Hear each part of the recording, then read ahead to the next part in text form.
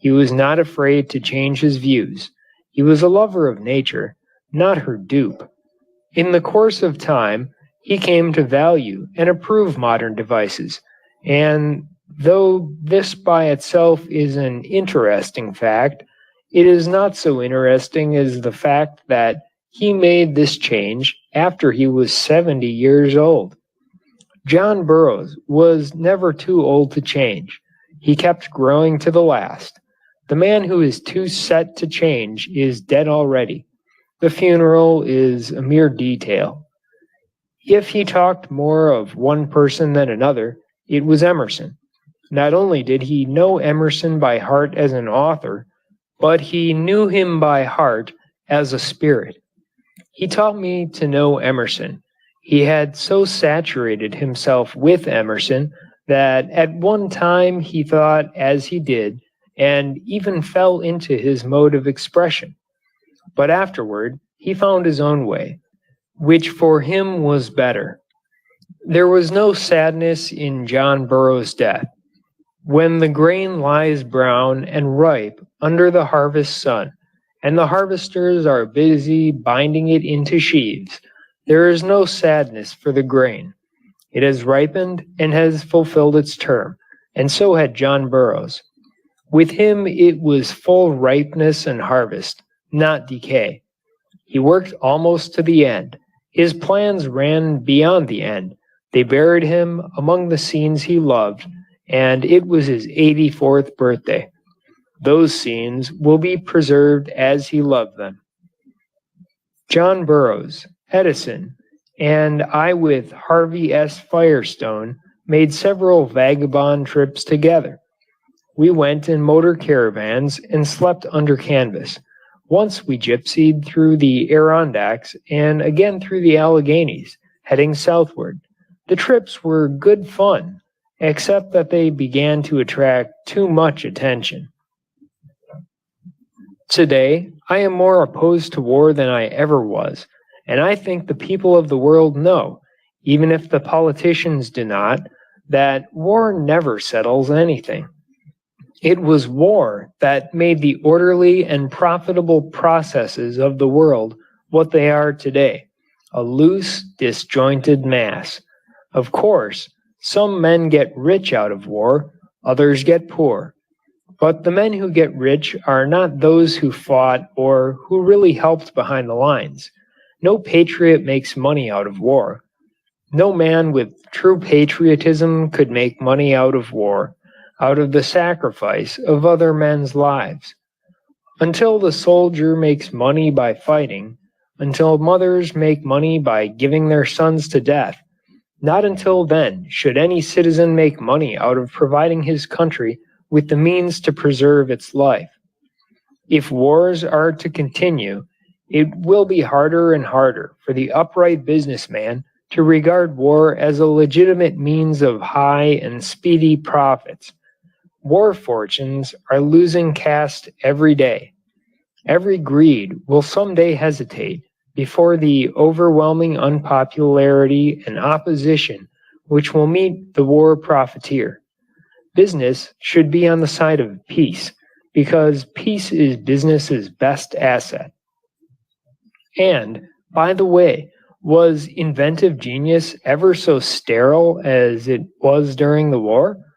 An impartial investigation of the last war, of what preceded it, and what has come out of it, will show beyond a doubt that there is in the world a group of men with vast powers of control, that prefers to remain unknown, that does not seek office or any of the tokens of power, that belongs to no nation whatever, but is international. A force that uses every government, every widespread business organization, every agency of publicity, every resource of national psychology to throw the world into a panic for the sake of getting still more power over the world. An old gambling trick used to be for the gambler to cry, "Police!" when a lot of money was on the table, and, in the panic that followed, to seize the money and run off with it. There is a power within the world which cries "War!" and in the confusion of the nations, the unrestrained sacrifice which people make for safety and peace runs off with the spoils of the panic. The point to keep in mind is that, though we won the military contest, the world has not yet quite succeeded in winning a complete victory over the promoters of war. We ought not to forget that wars are a purely manufactured evil and are made according to a definite technique. A campaign for war is made upon as definite lines as a campaign for any other purpose. First, the people are worked upon. By clever tales, the people's suspicions are aroused toward the nation against whom war is desired. Make the nation suspicious. Make the other nation suspicious. All you need for this is a few agents with some cleverness and no conscience and a press whose interest is locked up with the interest that will be benefited by war. Then the overt act will soon appear. It is no trick at all to get an overt act once you work the hatred of two nations up to the proper pitch. There were men in every country who were glad to see the World War begin and sorry to see it stop. Hundreds of American fortunes date from the Civil War. Thousands of new fortunes date from the World War. Nobody can deny that war is a profitable business for those who like that kind of money. War is an orgy of money, just as it is an orgy of blood. And we should not so easily be led into war if we considered what it is that makes a nation really great. It is not the amount of trade that makes a nation great. The creation of private fortunes, like the creation of an autocracy, does not make any country great. Nor does the mere change of an agricultural population into a factory population. A country becomes great when, by the wise development of its resources and the skill of its people, property is widely and fairly distributed. Foreign trade is full of delusions.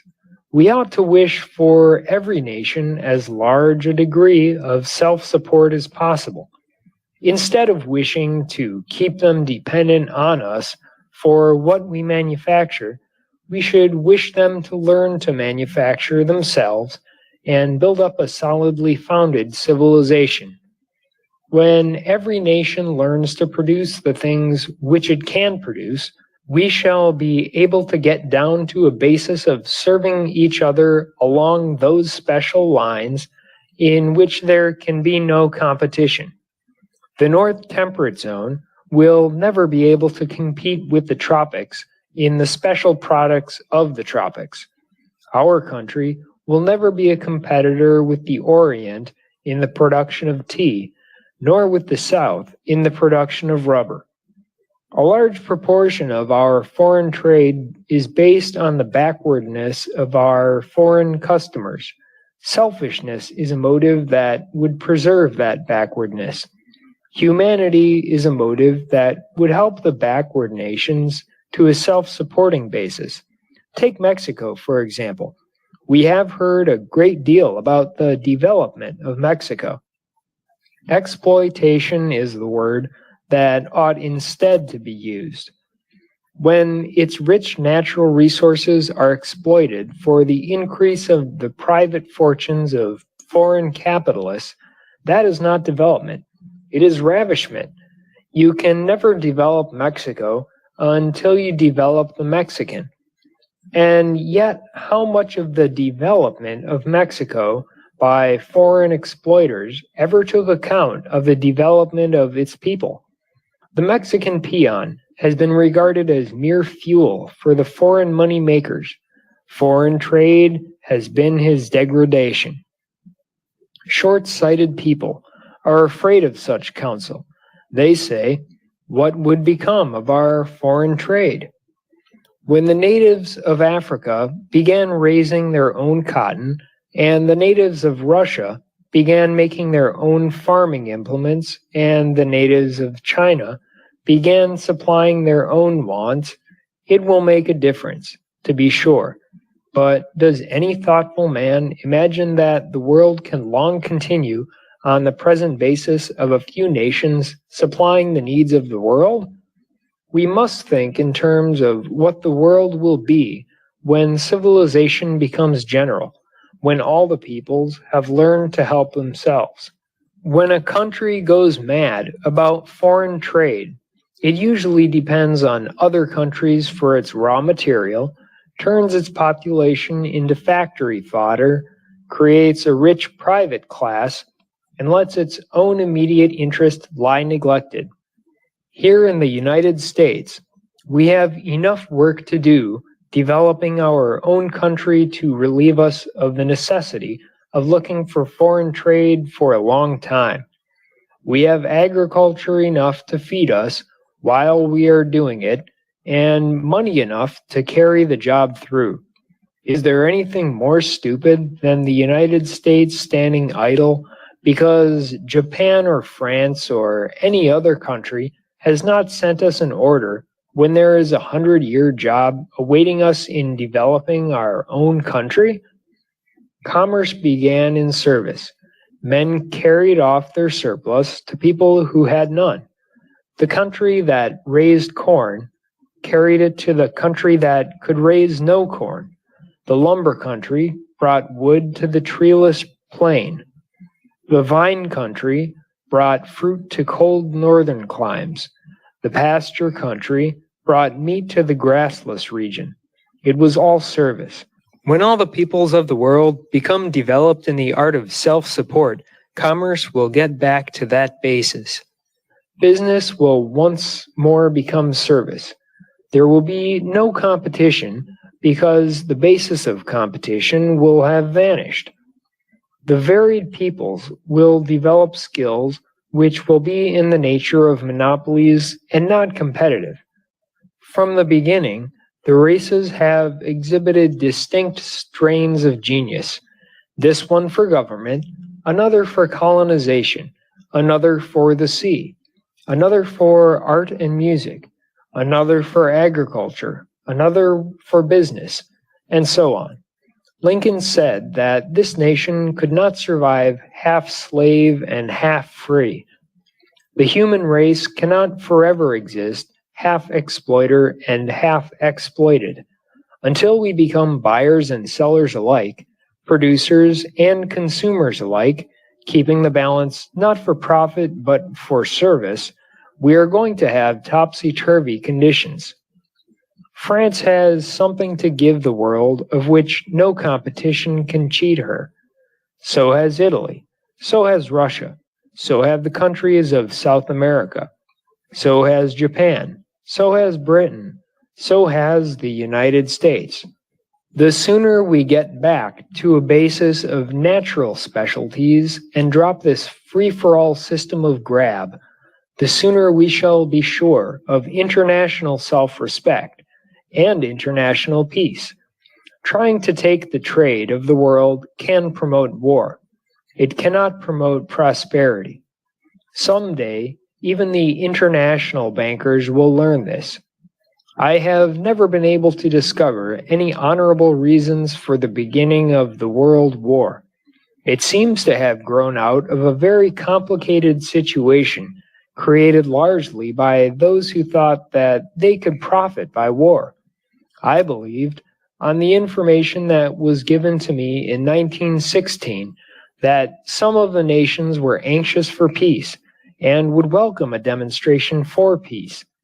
It was in the hope that this was true that I financed the expedition to Stockholm in what has since been called the Peace Ship. I do not regret the attempt. The mere fact that it failed is not, to me, conclusive proof that it was not worth trying. We learn more from our failures than from our successes. What I learned on that trip was worth the time and the money expended. I do not know whether the information as conveyed to me was true or false. I do not care. But I think everyone will agree that if it had been possible to end the war in 1916, the world would be better off than it is today. for the victors wasted themselves in winning, and the vanquished in resisting. Nobody got an advantage, honorable or dishonorable, out of that war. I had hoped, finally, when the United States entered the war, that it might be a war to end wars. But now I know that wars do not end wars any more than an extraordinarily large conflagration does away with the fire hazard.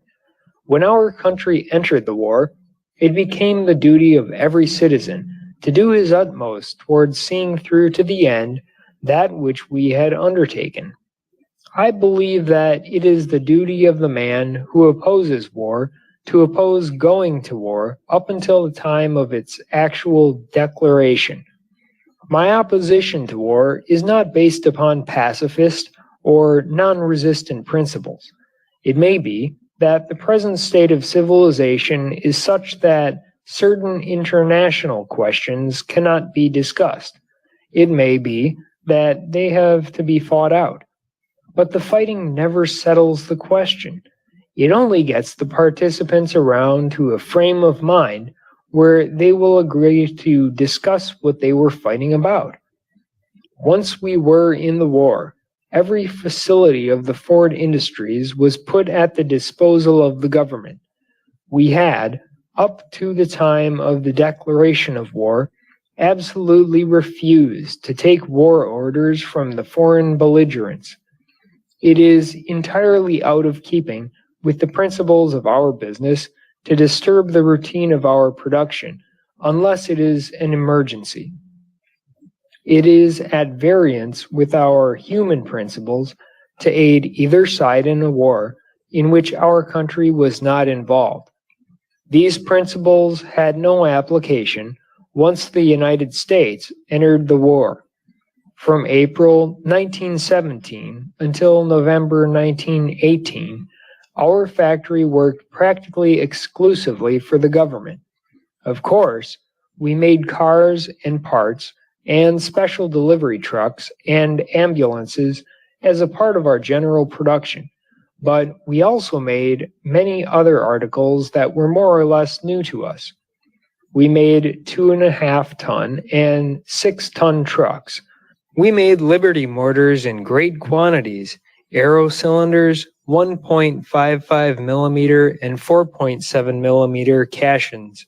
We made listening devices, steel helmets, both at Highland Park and Philadelphia, and Eagle boats. And we did a large amount of experimental work on armor plate, compensators, and body armor. For the Eagle boats, we put up a special plant on the River Rouge site. These boats were designed to combat the submarines. They were 204 feet long, made of steel, and one of the conditions precedent to their building was that their construction should not interfere with any other line of war production, and also that they be delivered quickly. The design was worked out by the Navy Department. On December 22, 1917, I offered to build the boats for the Navy. The discussion terminated on January 15, 1918, when the Navy Department awarded the contract to the Ford Company. On July 11th, the first completed boat was launched. We made both the hulls and the engines, and not a forging or a rolled beam entered into the construction of other than the engine. We stamped the hulls entirely out of sheet steel. They were built indoors. In 4 months, we ran up a building at the River Rouge, a third of a mile long, 350 feet wide, and 100 feet high, covering more than 13 acres. These boats were not built by marine engineers. They were built simply by applying our production principles to a new product. With the armistice, we had once dropped the war and went back to peace. An able man is a man who can do things, and his ability to do things is dependent on what he has in him. What he has in him depends on what he started with and what he has done to increase and discipline it. An educated man is not one whose memory is trained to carry a few dates in history. He is one who can accomplish things. A man who cannot think is not an educated man, however many college degrees he may have acquired. Thinking is the hardest work anyone can do, which is probably the reason why we have so few thinkers. There are two extremes to be avoided. One is the attitude of contempt towards education.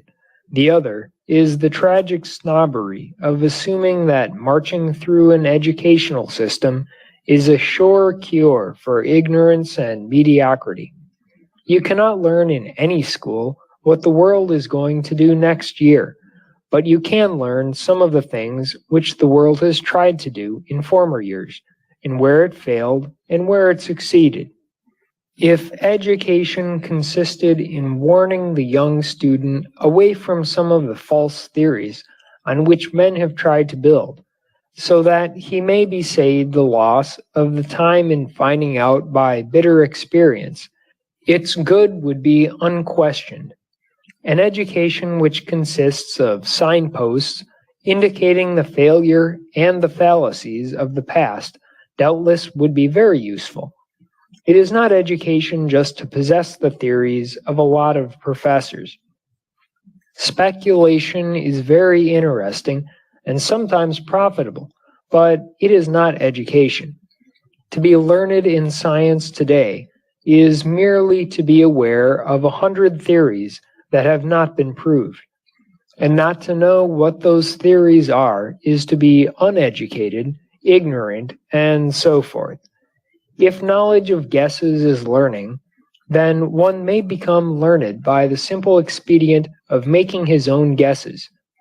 And by the same token, he can dub the rest of the world ignorant because it does not know what his guesses are. But the best that education can do for a man is to put him in possession of his powers, give him control of the tools which destiny has endowed him, and teach him how to think. The college renders its best service as an intellectual gymnasium in which mental muscle is developed and the student strengthened to do what he can. To say, however, that mental gymnastics can be had only in college is not true, as every educator knows. A man's real education begins after he has left school. True education is gained through the discipline of life. There are many kinds of knowledge, and it depends on what crowd you happen to be in, or how the fashions of the day happen to be run, which kind of knowledge is most respected at the moment. There are fashions in knowledge, just as there are in everything else. When some of us were lads, knowledge used to be limited to the Bible. There were certain men in the neighborhood who knew the book thoroughly, and they were looked up to and respected. Biblical knowledge was highly valued then, but nowadays it is doubtful whether deep acquaintance with the Bible would be sufficient to win a man a name for learning. Knowledge, to my mind, is something that in the past somebody knew and left in a form which enables all who will to obtain it. If a man is born with normal human faculties, if he is equipped with enough ability to use the tools which we call letters in reading or writing, there is no knowledge within the possession of the race that he cannot have, if he wants it. The only reason why every man does not know everything that the human mind has ever learned is that no one has ever yet found it worthwhile to know that much. Men satisfy their minds more by finding things out for themselves than by heaping together the things which somebody else has found out. You can go out and gather knowledge all your life, and with all your gathering, you will not catch up even with your own times. You may fill your head with all the facts of all the ages, and your head may be just an overloaded fact box when you get through. The point is this: Great piles of knowledge in the head are not the same as mental activity. A man may be very learned and very useless, and then again, a man may be unlearned and very useful. The object of education is not to fill a man's mind with facts. It is to teach him how to use his mind in thinking. And it often happens that a man can think better if he is not hampered by the knowledge of the past. It is a very human tendency to think that what mankind does not yet know, no one can learn. And yet it must be perfectly clear to everyone that the past learning of mankind cannot be allowed to hinder our future learning. Mankind has not gone so very far when you measure its progress against the knowledge that is yet to be gained, the secrets that are yet to be learned. One good way to hinder progress is to fill a man's head with all the learning of the past. It makes him feel that because his head is full, there is nothing more to learn. Merely gathering knowledge may become the most useless work a man can do. What can you do to help and heal the world? That is the educational test. If a man can hold up his own end, he counts for one. If he can help 10 or 100 or 1,000 other men hold up their ends, he counts for more. He may be quite rusty on many things that inhabit the realm of print, but he is a learned man just the same. When a man is master of his own sphere, whatever it may be, he has won his degree. He has entered the realm of wisdom. The work which we describe as studies in the Jewish question, and which is variously described by antagonists as the Jewish campaign, the attack on the Jews, the anti-Semitic pogrom, and so forth, needs no explanation to those who have followed it. Its motives and purposes must be judged by the work itself. It is offered as a contribution to a question which deeply affects the country, a question which is racial at its source, and which concerns influences and ideals rather than persons. Our statements must be judged by candid readers who are intelligent enough to lay our words alongside life as they are able to observe it. If our word and their observation agree, the case is made. It is perfectly silly to begin to damn us before it has been shown that our statements are baseless or reckless. The first item to be considered is the truth of what we have set forth, and that is precisely the item which our critics choose to evade. Readers of our articles will see at once that we are not actuated by any kind of prejudice, except it may be a prejudice in favor of the principles which have made our civilization. There had been observed in this country certain streams of influence which were causing a marked deterioration in our literature, amusements, and social conduct. Business was departing from its old-time substantial soundness. A general letting down of standards was felt everywhere. It was not the robust coarseness of the white man, the rude indelicacy, say, of Shakespeare's characters, but a nasty Orientalism which has insidiously affected every channel of expression, and to such an extent that it was time to challenge it. The fact that these influences are all traceable to one racial source is a fact to be reckoned with, not by us only, but by the intelligent people of the race in question. It is entirely creditable to them that steps have been taken by them to remove their protection from the more flagrant violators of American hospitality. But there is still room to discard outworn ideas of racial superiority maintained by economic or intellectually subversive warfare upon Christian society. Our work does not pretend to say the last word on the Jew in America. It says only the word which describes his obvious present impress on the country. When that impress is changed, the report of it can be changed. For the present, then, the question is wholly in the Jews' hands. If they are as wise as they claim to be, they will labor to make Jews American, instead of laboring to make America Jewish. The genius of the United States of America is Christian in the broadest sense, and its destiny is to remain Christian.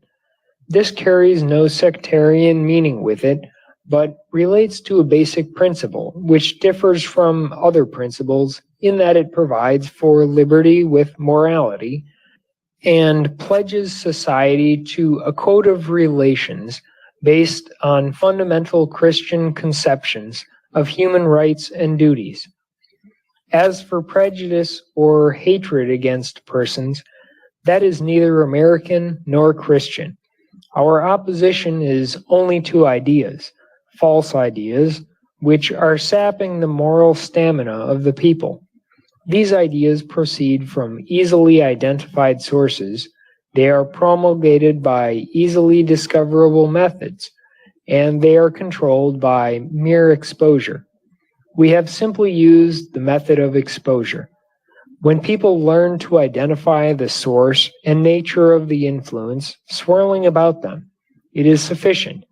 Let the American people once understand that it is not natural degeneracy, but calculated subversion that afflicts us, and they are safe. The explanation is the cure. This work was taken up without personal motives. When it reached a stage where we believed the American people could grasp the key, we let it rest for the time. Our enemies say that we began it for revenge and that we laid it down in fear. Time will show that our critics are merely dealing in evasion because they dare not tackle the